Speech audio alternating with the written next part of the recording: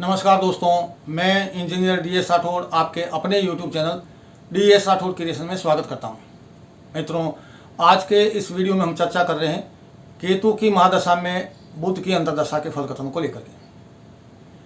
केतु की महादशा और उसमें अंतर बुध का हो तो ये अवधि 11 महीने और 27 दिन की होती है। और अगर किसी भी जातक की कुंडली में बुध की स्थिति उत्तम है, यानी बुध बलवान स्थिति में है, शुभता लिए हुए, यानी बुध उच्च राशिगत हैं, मित्र या स्वराशि में संचरण कर रहे हों, केंद्र या त्रिकोण में स्थित हों, शुभ ग्रहों के प्रभाव में हो, यानी शुभ ग्रहों के साथ युति बन रही हो या उनके साथ दृष्टिगत हो रहे हों, तो कुंडली में बुध को ये बलवान बनाती स्थिति और यही स्थिति कुंडली में बुध को शुभता भी प्रदान करती है। और ऐसी ही स्थिति अगर कुंडली में केतु के साथ भी, यानी केतु भी उच्च राशिगत हैं, मित्र या स्वराशि में संचरण कर रहे हों, शुभ ग्रहों के प्रभाव में हो, यानी शुभ ग्रहों से दृष्टिगत या युति बना रहे हों, केंद्र या त्रिकोण में विराजमान हो, तो ये स्थिति भी केतु को कुंडली में शुभता प्रदान करती है, उसे बलवान बनाती है। और अगर जातक की कुंडली में ये स्थिति है, यानी केतु और बुध की स्थिति बलवान है और शुभता लिए हुए है, तो जातक को इस अंतर्दशा में अनेक प्रकार के शुभ फलों की प्राप्ति होती है। और इससे पहले जो केतु की महादशा में शनि की अंतर्दशा आई थी, और उस अंतर्दशा में जातक ने जिन कष्टों और दुखों को भोगा था, उस दुखों से, उन संकटों से, उन कष्टों से जातक को छुटकारा मिल करके काफ़ी हद तक जातक को सुख की प्राप्ति होती है, जातक सुख की सांस लेता है और उस पूर्व अंतर्दशा से जातक को पूरी राहत मिल जाती है। और जातक अध्ययन संबंधी गतिविधियों में अत्यधिक रुचि लेता है, क्योंकि बुध जो है वो बुद्धि के कारक है, शिक्षा के कारक है। बुद्धिजीवियों के साथ जातक का मेल जोल बढ़ता है, आत्मीयजनों के साथ मेल मिलाप होता है और इस वजह से उसको संपत्ति का लाभ भी प्राप्त होता है। पुराने मित्रों के साथ सुखमय जीवन व्यतीत करता है जातक, और नवीन ज्ञान की प्राप्ति होती है जातक को।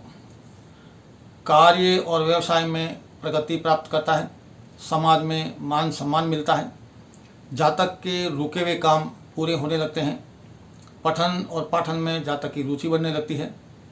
विद्वान व्यक्तियों और विद्वान समाज के साथ जातक का समागम होता है, आत्मीयजनों से मिलन होता है, उनसे संपत्ति और धन की प्राप्ति होती है, पुराने मित्रों से मिलने की प्रसन्नता, नवीन ज्ञान की प्राप्ति, कार्य और व्यवसाय में तरक्की की वजह से सुयश यानी यश और कीर्ति की बढ़ोतरी होती है,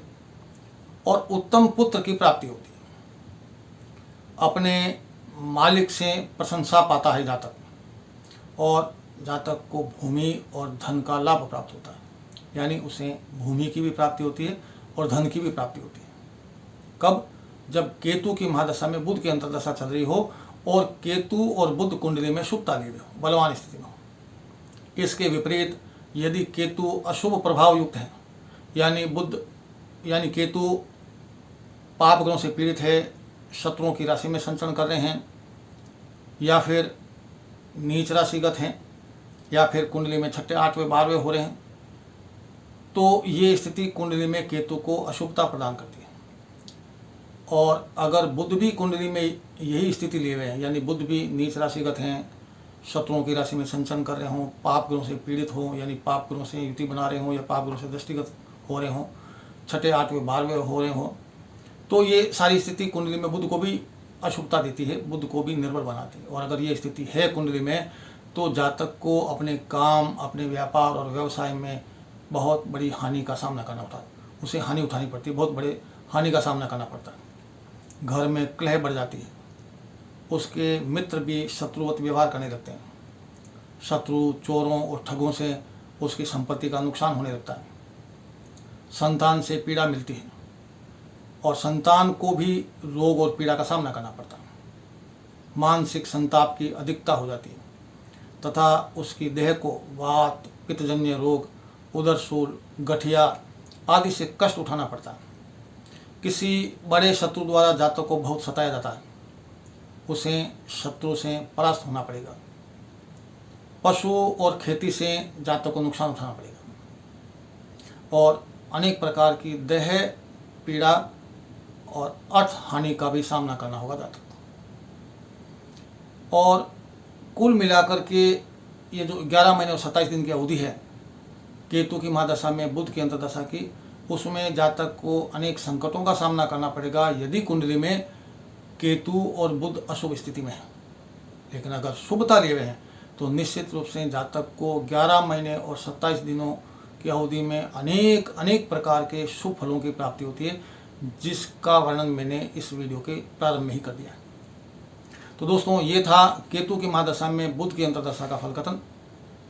मिलते हैं अगले वीडियो में, और इस वीडियो के आखिर तक बने रहने के लिए मैं पुनः आपका आभार प्रकट करता हूँ। तब तक के लिए नमस्कार, जय हिंद, वंदे मातरम।